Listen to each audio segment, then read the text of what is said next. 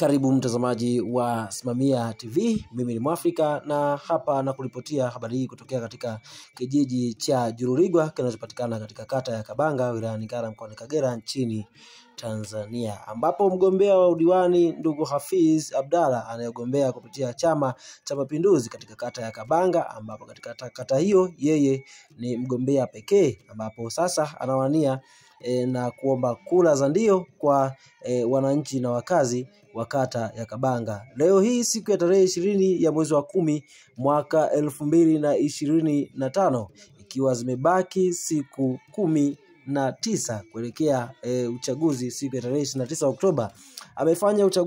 Amefanya kampeni hizo katika kijiji cha Jururigwa, ambapo akiongozwa na mwenyekiti wa Chama cha Mapinduzi ndugu Jaktani Rudaheza, huku akiwepo na katibu wa chama hicho katika kata ya Kabanga. Miongoni mwa mambo ambayo ameyazungumza Mheshimiwa Hafiz Abdalla, ameahidi kutatua kero mbalimbali ikiwemo kero ya maji, kero ya kituo cha polisi, kero mbalimbali ikiwemo pia tatizo la ngedere, ambapo tatizo hilo limekuwa likiwasumbua wana kijiji hao wa Jururigwa, ambapo mpaka sasa wameomba kutatuliwa tatizo hilo, ambapo pia aliwapa nafasi ya wasaa ya kuuliza maswali, lakini pia viongozi walizungumza. Pata kusikiliza hapa. Ngavu wewe, Nurukoi wewe, Jururigwa Center wewe, Mkigoti wewe. Najua timu zimeenea hapa. Wananchi kwanza nawasalimia, wakubwa shikamoo. Wale wadogo mambo vipi? Sasa ukiwa mdogo ukitikia marahaba hapa utapata laana. Ndugu zangu wananchi, ni kweli mwenyekiti wangu kaongea, mwenyekiti wa kijiji kaongea, viongozi wangu wa chama wameongea mengi. Lakini kikubwa sio diwani mgeni. Ni diwani ambaye najua changamoto za Jururigwa. Mpaka leo ukiniuliza mwenyekiti wa chama amesema, nazijua kweli. Moja kwa moja niwashukuru wananchi kwanza kujitokeza hapa, kwa sababu najua kila mmoja hapa ana kazi zake. Kipindi hiki ni kipindi cha watu kupanda, lakini watu leo inawezekana wameacha kwenda kupanda waje watusikilize. Nawashukuru sana.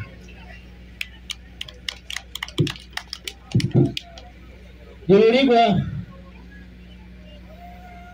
hapa nipo na ilani ya Chama cha Mapinduzi. Ilani hii imeelezea miradi mingi itakayojengwa ndani ya wilaya ya Ngara, lakini mimi nimechambua michache, na hii michache nataka niilenge Jururigwa yenyewe. Jururigwa wewe, changamoto kubwa ambayo kwangu mimi ni fimbo ni maji katika kijiji cha Jururigwa. Maji kwangu ni fimbo, na naamini hii miaka 5 nikishindwa kuweka maji, labda nisije kuomba kura Jururigwa. Hapo vipi?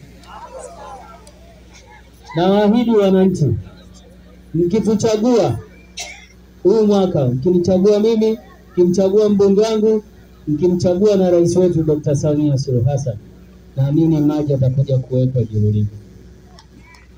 Pigeni makofi wananchi.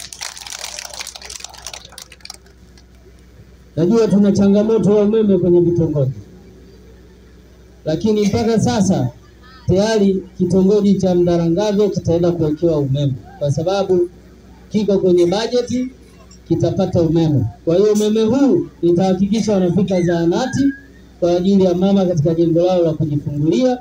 Ikiwezekana kanisa la RC liko karibu wavute, ofisi za chama wavute, lakini nitahakikisha umeme unafika pia shule za msingi pale ya Jururigwa. Kwa hiyo kanisa la Anglikani nao wanaruhusiwa kuvuta. Jururigwa wewe. Ndani ya ilani ya Chama cha Mapinduzi kuna sehemu imeeleza kwamba mwaka huu barabara za Moram zimeongezewa kilomita. Miaka ya nyuma tulikuwa tukipata kilomita 304, sasa hivi tumeongezewa, tumepata kilomita 380. Nitahakikisha katika hizo kilomita 380 angalau ka barabara ketu ka Mdarangave au wako karekebishwa. Yaani nitawaleta watu wa TARURA watafute barabara moja hapa Juruligo waiwekee Mola.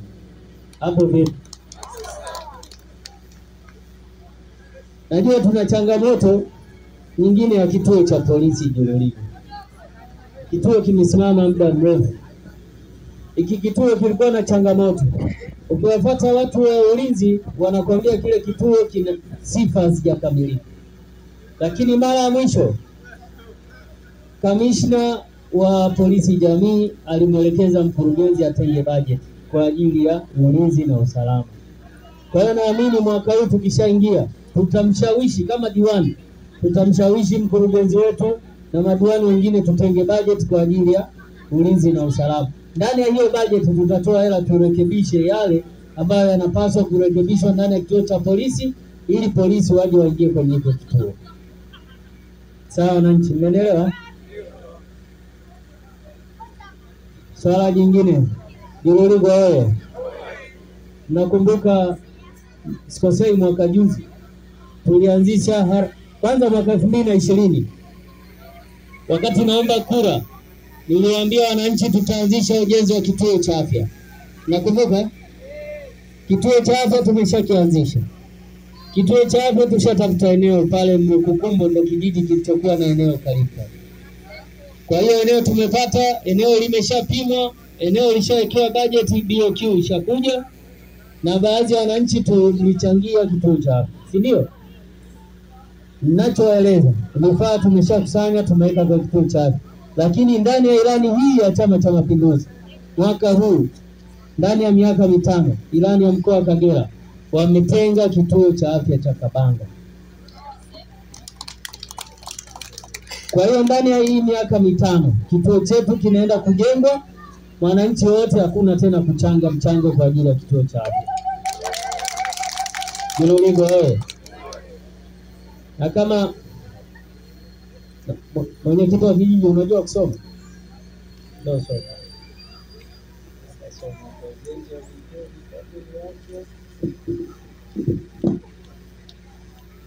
Na ujenzi wa vituo vya afya vitatu kata ya Mganza, Kabanga na Kanazi. Hivyo vituo vimepangiwa bajeti ya kujengwa na serikali. Na Kabanga yetu imo kama mmesikia. Kabanga, Mganza na Kanazi. Juruligo oye. Wakati naingia 2020 ndani ya baraza la madiwani halmashauri nilipambana wakaweka kwenye bajeti miaka miwili mfululizo kwamba hela serikali ikija patajengwa kituo cha afya Kabanga. Lakini bajeti ya madiwani tofauti na bajeti ya ilani ya chama. Mmenielewa wananchi? Chama kikishasema serikali itatekeleza. Kwa hiyo mna bahati au tuseme tuna bahati. Sawa? Kwa hiyo kituo chetu cha afya kitakwenda kujengwa. Hapa mimi nina sababu za kumdai yoyote. Kituo chetu cha afya kimetengwa kwenye ilani, naamini kinaenda kujengwa sasa na serikali. CCM oye.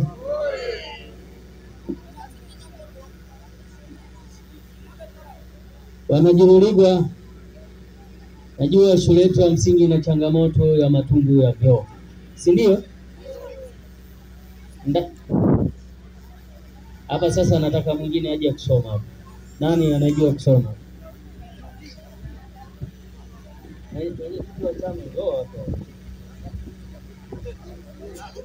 Kama kidogo.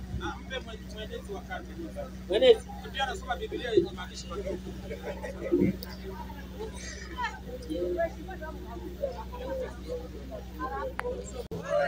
Kutakuwa na ujenzi wa matundu ya vyoo 236 za shule za msingi.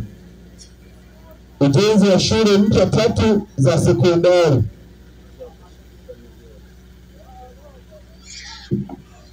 CCM oye. Hizo shule 3 sio za Kabanga. Yeye ameanza kusoma kwingine. Lakini kuna ujenzi wa matundu ya vyoo katika shule za msingi 200 na ngapi? 36, si ndio? Hiyo kwa ajili ya wilaya nzima. Lakini mimi kama diwani wenu nitapambana tulete hapa hata matundu 10, ili wananchi pia msije mkatoa michango, kwa sababu serikali ipo, si ndio? Si tunalipa kodi hapa, si tunanunua vocha si inaenda kwenye kodi pia, si ndio? Ukinunua umeme si imeenda kwenye kodi, ukinunua sabuni si imeenda. Serikali ipo ya CCM, naamini matundu 10 ya vyoo yatakuja katika kijiji chetu. Nyuruligo oye!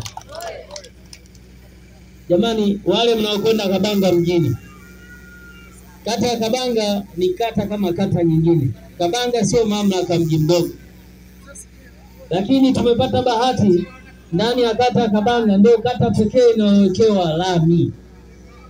Na kwenda mjini si mnaona kule baadhi ya mitaa imewekewa lami, si ndio?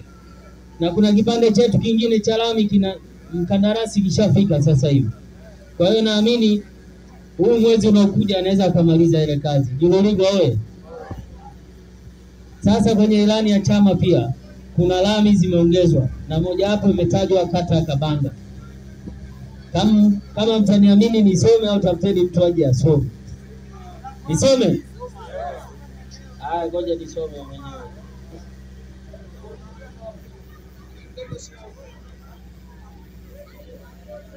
Sema kujenga barabara kwa kiwango cha lami, barabara za Ngara mjini, Kabanga mjini na Rulenge mjini. CCM oye!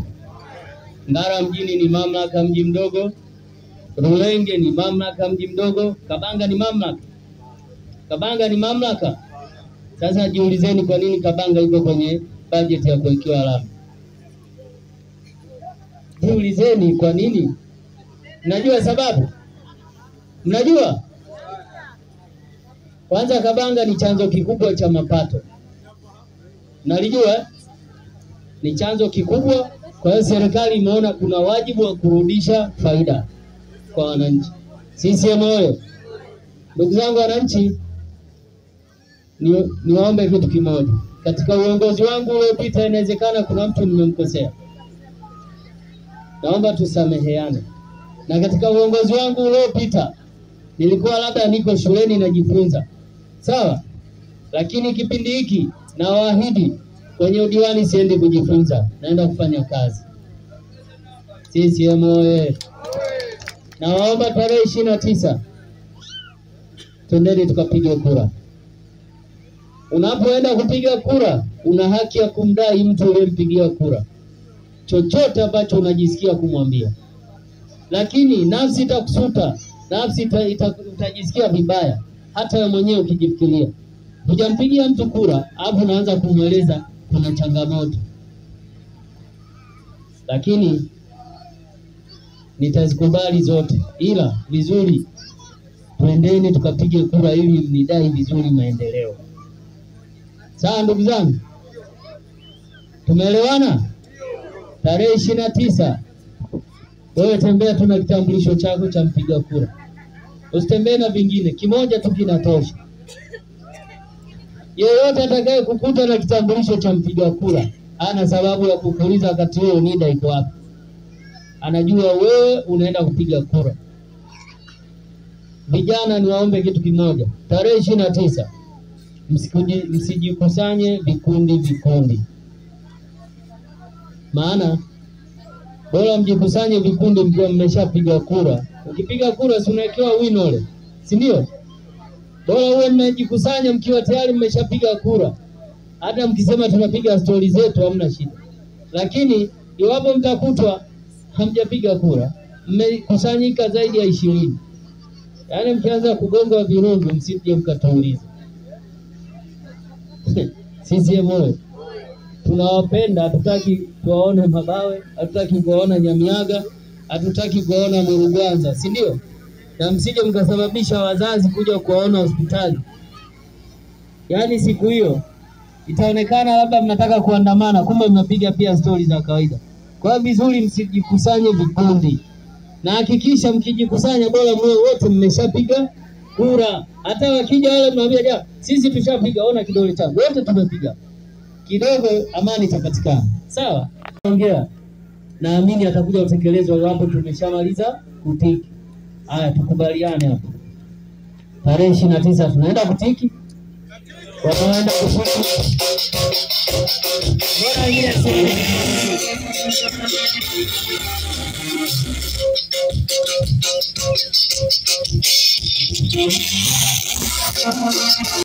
katika karatasi ya kupigia kura za rais, boksi la kwanza la juu ndio la Chama cha Mapinduzi. Kiboksi cha kwanza cha juu pale utaona nembo ya Chama cha Mapinduzi. Kulia kwako utaona boksi, anakuja Dr. Samia Suluhu Hassan. Mwisho kushoto kwako utamwona Dr. Nchimbi. Sisi tuna madokta watupu. CCM oye! Sasa madokta si ndio wanaotibu jamani? Tuna Dr. Samia, tuna Dr. Nchimbi. Eti hao ndio wanaotibu nchi. Kwa hiyo kichagua hapo umemaliza. Fomu ya rais si mmeiona hii? Yaani msihangaike kusoma majina mengine. Yaani kiboksi cha juu tu. Uko juu tu. Wewe bonga huko afu unashuka. Hao wengine unaambia mnisamehe. Sawa? Ukiweka tiki mbili umeharibu karatasi. Yaani tiki moja tu. Juu kule basi.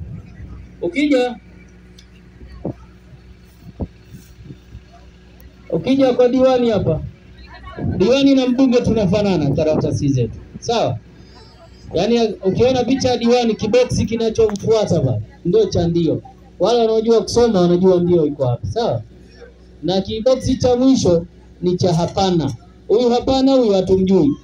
Na wakala wake hayupo. Sawa? Inawezekana wakala wake ni Lucifer. Yaani yule shetani mkuu Lucifer. Ndio wakala huyu hapana. Sawa? Sasa niombe kitu kimoja. Ukipiga huko hapana, yaani hamna mtu atakaye kupa matokeo yako.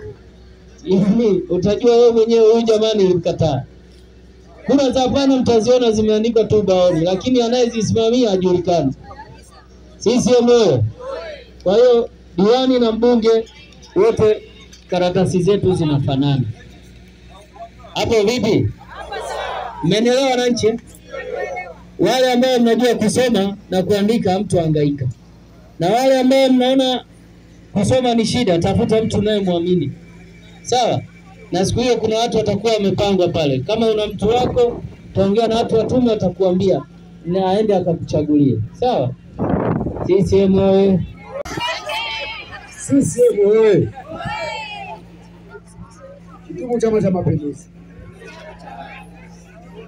Na kwa majina naitwa Juma Andrea Mariko, ni balozi shina namba 10 mtaa wa Mkanga, kitongoji cha Kigoti.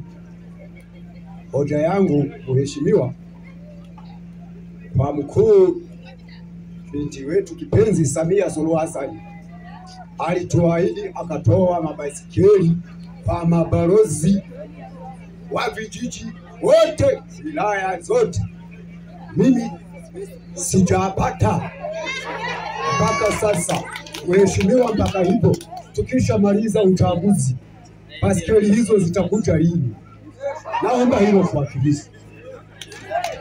Oye! Jamani, hilo swali alinihusu mimi, si ndio?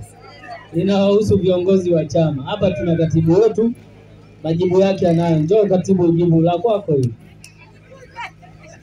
Ruruligwa we! Kigoti we!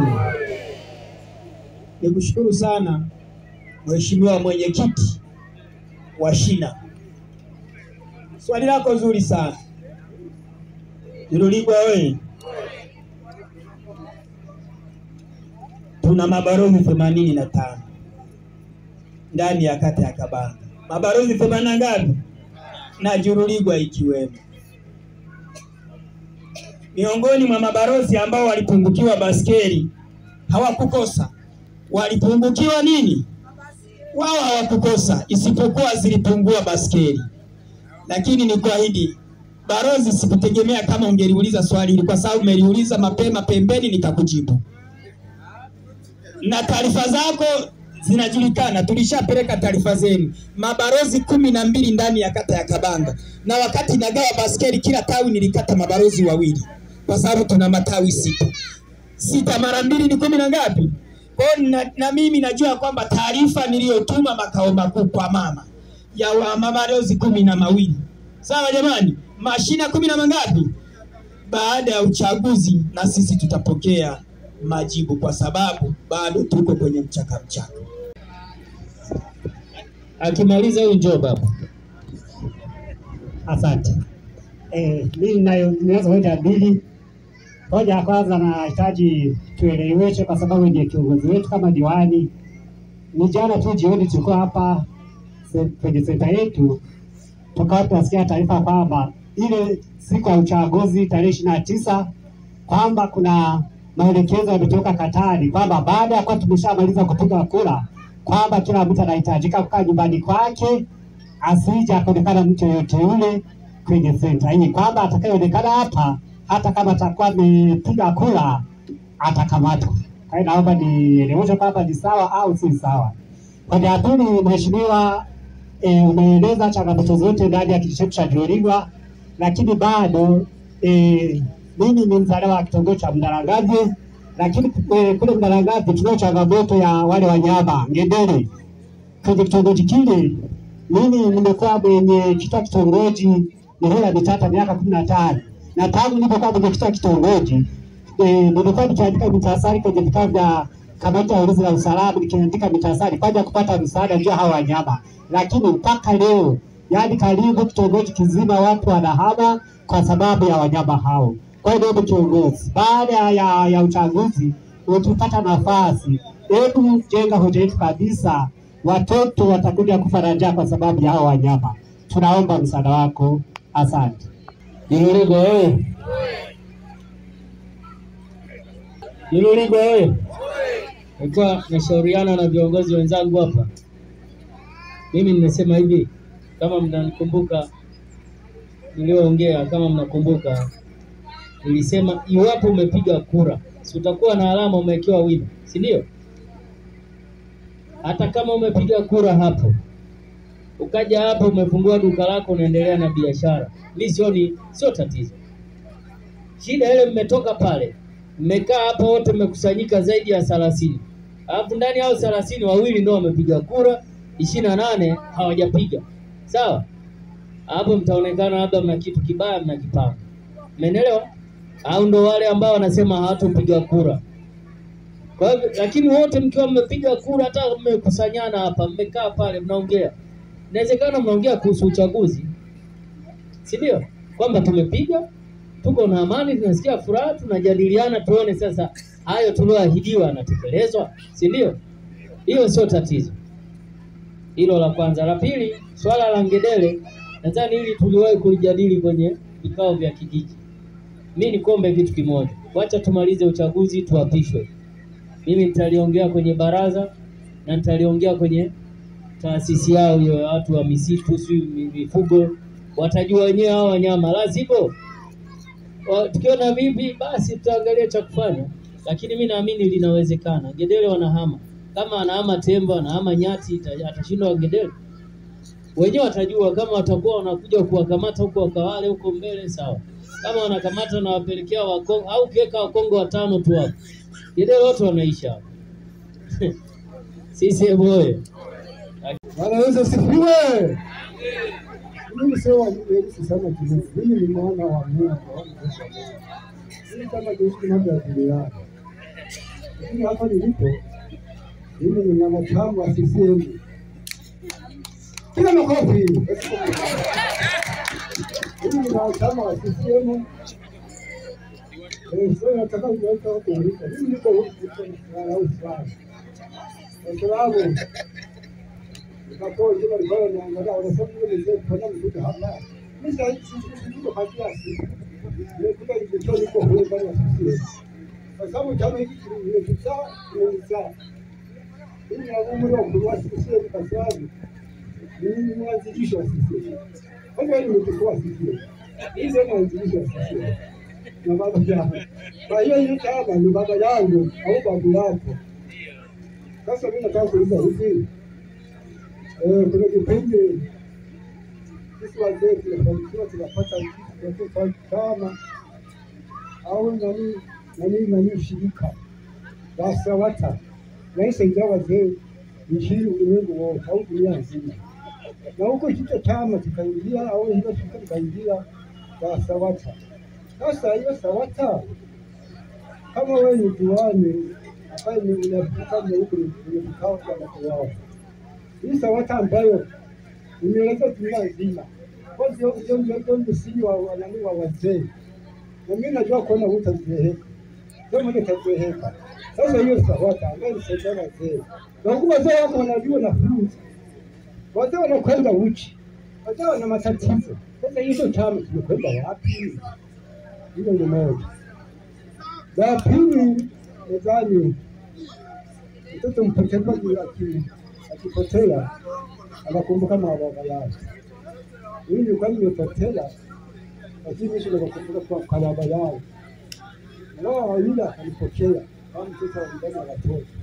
Mimi ndio mzaliwa wa watoto wa kwanza kuingia kwenye chama changu cha mpira.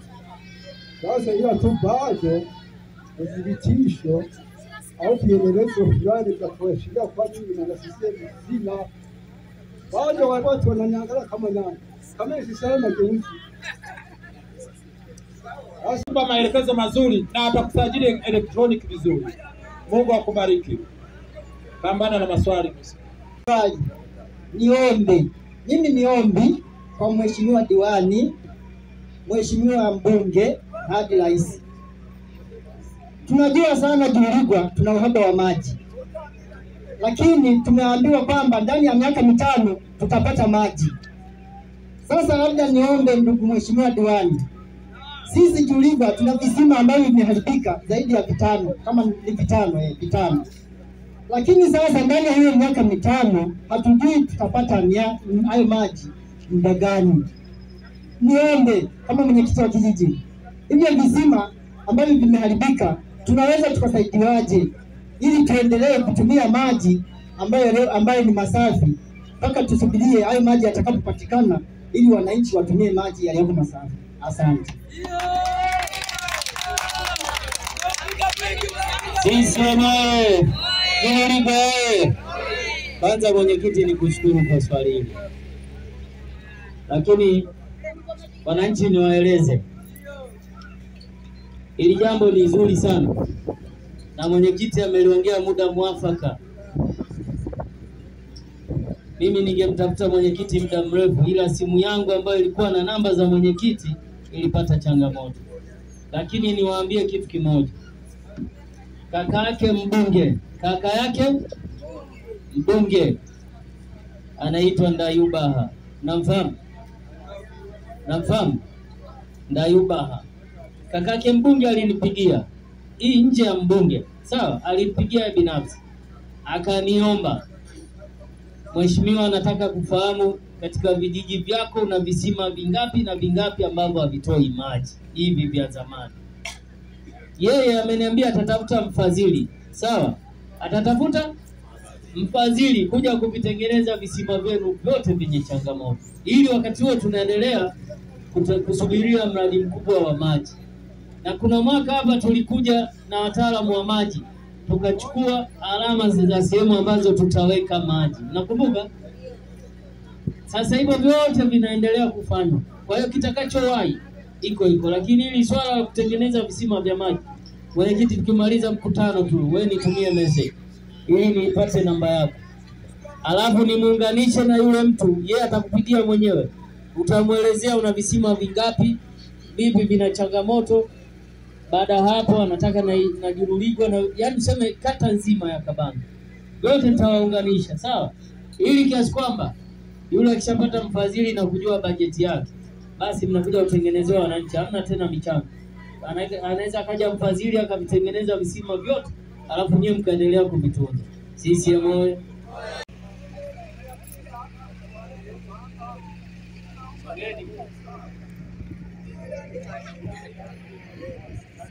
CCM oyee! CCM oyee! Mimi nina neno moja tu la kutaka kumuomba baba diwani kwamba mzazi ndiye taa ya watoto. Kwa diwani wetu ndiye baba, pamoja na kwamba sisi ni mama zake na baba zake, lakini huyu ndiye baba. Sasa mtoto anapokuwa na shida anamweleza mzazi, hasa mama, maana mama ndio taa ya nyumba. Ninataka kusema ni hivi, tunakushukuru sana baba kuona ulitujengea chumba cha wazazi kujifungulia Jiruligwa. Nakushukuru sana. Lakini tatizo ni kwamba wale wamama wanapomaliza kujifungua na kurudi nyumbani, wale watoto wanaumwa na mbu, wanakufa kwa malaria kali. Ni kwa sababu gani? Ni kwa sababu kuna kipindi serikali kama serikali ilituletea vyandarua mahali hapa, wakawa wameandika kupani nyingi, mtu anaandikiwa vyandarua 10 anapewa 2, anaandikiwa 8 anapewa 1. Mwingine hata 1 hakupata, eti kwa sababu huyo alikuwa anazunguka kwenye majumba hakuaminiwa, aliandika vibaya. Je, ile vyandarua vile baki pale ofisini vilienda wapi? Tunaomba baba diwani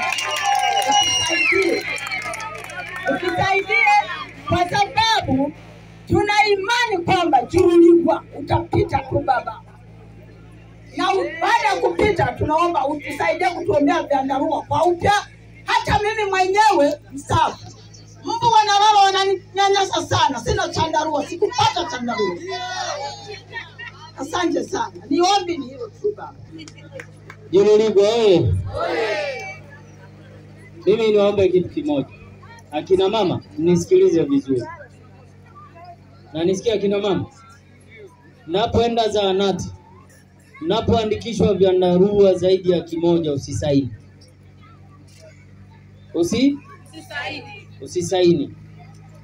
Na kama mnasainishwa zaidi ya chandarua 1, kabla hujasaini, mwambie wewe mtu nipe hiyo karatasi nikaitoe kopi kwanza, ili muwe na ushahidi. Sawa? Hawa watu wengine wanakuwa wajanja, mnajua. Inawezekana ametengewa vyandarua 100 ndani ya kijiji cha Jiruligwa, alafu wewe kina mama wanaokuja kujifungua pale ni 20. Kuna vyandarua 80 ataviibaje? Atakusainisha wewe ulioenda kujifungua. Umeelewa? Kwa hiyo kama mama hujui kuandika na kusoma, anakwambia tu saini hapo, weka kidole, basi ni rahisi, yule mtu atatuibia. Lakini kama mna ushahidi mzuri, sawa? Kama mna ushahidi mzuri, mimi nitaongea na mganga mkuu wa wilaya. Kama hii tabia inaendelea Jiruligwa, huyu mganga wetu utabidi sasa tuje tumchunguze. Sisi moyo. Inawezekana akawa mzuri katika kukuhudumia, kumbe huko naye ana ubaya wake, si ndio? Lakini mimi ninavyojua, kila mama mjamzito anapaswa kupewa chandarua. Imlinde mama mjamzito mpaka anakuja kuzaa mtoto akiwa na ile chandarua yake. Si ndio taratibu mama?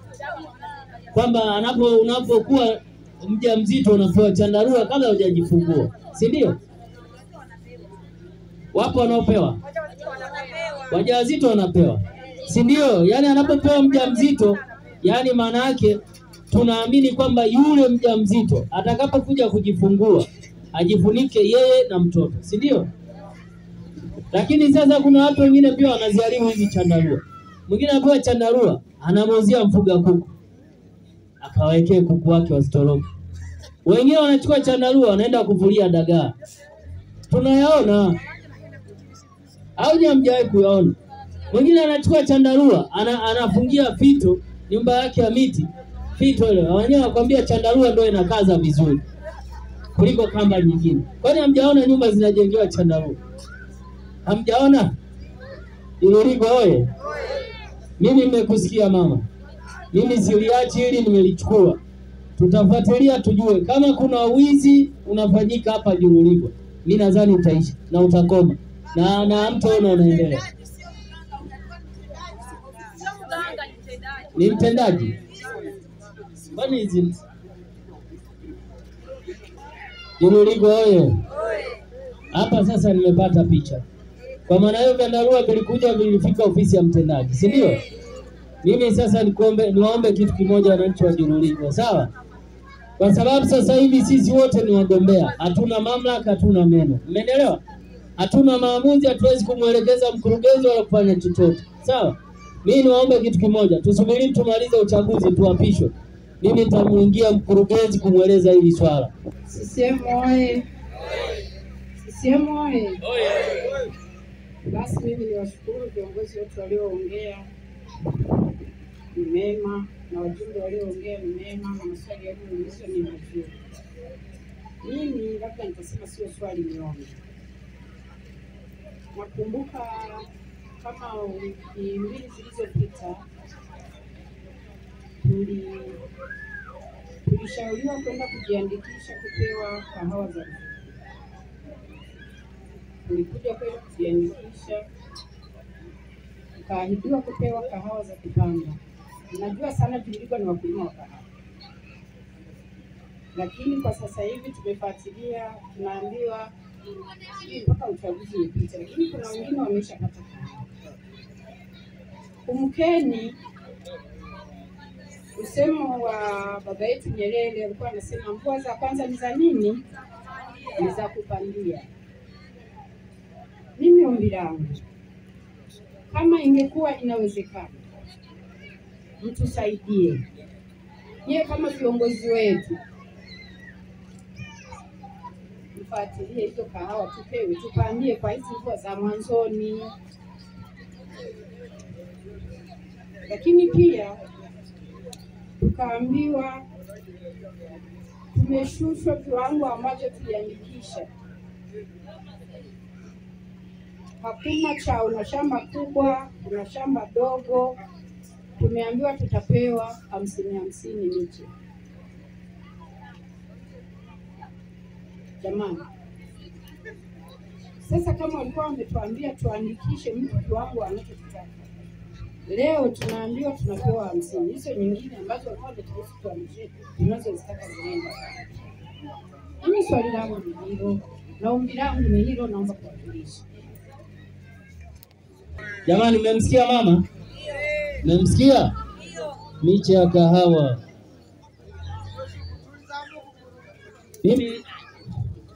Mimi nikombe kitu kimoja mama. Hili swala ni la muhimu, lakini ni wazii wakulima pia. Sawa? Mwe makini kwenye huu utaratibu wa ugawaji wa miche ya hii inayotoka ya serikali, kwa sababu hujuma ziko kila sehemu. Mnalijua? Yaani inawezekana yule bwana shamba au bwana kilimo kule amekutaja wewe unahitaji miche 800, si ndio? Na akasema wewe ni mkulima mkubwa ndio namtegemea, na akapewa miche yako 800. Mwisho wa siku anakupa 50. Alafu wewe 750 anauza, kesho tunaona naye amejenga kwao. Au amenunua kapikipiki kapi, alafu diwani bado atembelea pikipiki mbovu. Hujuma ziko kila sehemu. Mimi niwaombe kitu kimoja wakulima, na nyinyi muwe makini. Wanapokuja muwaulize mnataka kugawa miche mingapi. Wasiwe wanawaambia andikeni mingi, alafu namwambia mimi mkiandika miche nitakaojaza kwenye fomu yangu nahitaji hiyo miche. Kama hutaki usinipe fomu yako, ndoka. Umeelewa? Muda mwingine tu tuna misimamo. Kwa sababu atakuja na kusainisha, jaza miche unayotaka, ukaandika 200, alafu anakuletea 50.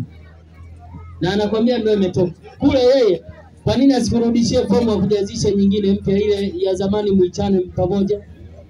Si ndio? Kwa mimi nasema tuwe makini wakulima. Hawa watumishi wengine wa serikali sio waaminifu. Wanapenda kuwanyanyasa wakulima, wafugaji wadogo wadogo. Wanakuja na mambo yao, yeye kule kishafanya mambo yake.